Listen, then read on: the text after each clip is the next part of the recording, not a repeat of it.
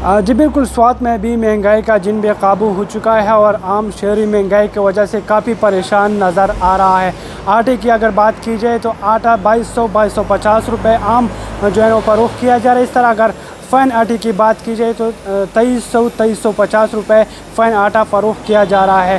اس طرح اگر انڈوں کی بات کی جائے تو چھوٹے انڈے 240 روپے اور بڑے انڈوں کی اگر درجن کی بات کی جائے تو 270 روپے فی درجن جو ہے وہ فروخت کیا جا رہا ہے۔ اس طرح اگر دال ماش کی بات کی جائے تو دال ماش فی کلو 400 روپے، دال چنا جو ہے نا 250 روپے اور لوبیا جو ہے نا وہ 320 روپے فروخت کیا جا رہا ہے۔ اس طرح اگر سواتی چاول کی بات کی جائے، سواتی چاول کافی مشہور ہے سوات کا، اور اب چونکہ سیلاب کے بعد اس کے ریٹس میں بھی کافی اضافہ ہو چکا ہے، اور فی کلو کی اگر بات کی جائے تو پہلے 1 کلو 80 روپے تھا، اب 180 روپے فی کلو جو ہے نا وہ فروخت کیا جا رہا ہے۔ تو شہری کافی پریشان ہے اور انہوں نے حکومت سے مطالبہ کیا کہ خاطر خواہ جو اضافہ ہمیں دیکھنے کو ملا ہے مہنگائی کی وجہ سے، اس کو فوری طور پر کنٹرول کیا جائے، کیونکہ ایک طرف مہنگائی ہے اور دوسری طرف نامزدوری ہے یہاں پر، تو لوگ کافی پریشان ہیں اور انہوں نے حکومت سے مطالبہ کیا کہ ان ریٹس کو جلد از جلد کنٹرول کیا جائے تاکہ ہماری مشکلات میں جو ہے نا کمی آ سکے۔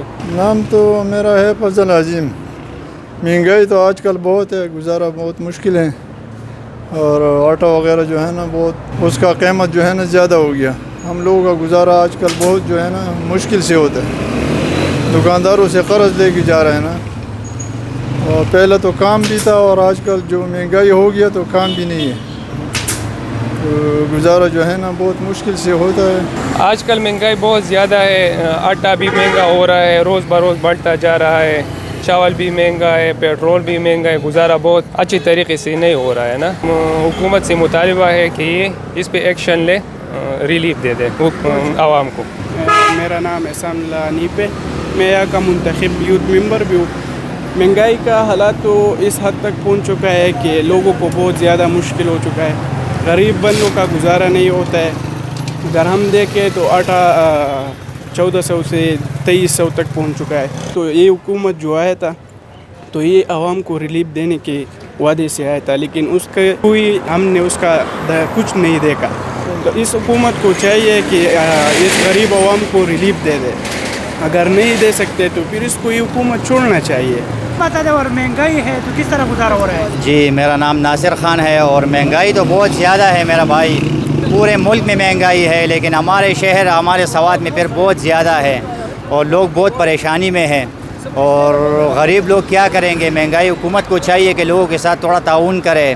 ابھی میں اپنے بل لے کر آیا، مطلب بل میں بھی بہت زیادہ اضافہ ہے، کوئی کام نہیں ہے کچھ۔ ایک تو ہمارے سوات کے حالات ویسے بھی خراب ہے، سیلابوں نے سب کچھ تباہ و برباد کر دیا۔ حکومت کو چاہیے کہ ہمیں کچھ ریلیف دے، لوگوں کو کچھ ریلیف دے، کچھ ہمیں چاہیے، ہم اپنی طرف سے کچھ چاہیے کہ کچھ کرے ملک کے لیے، اپنے شہر کے لیے۔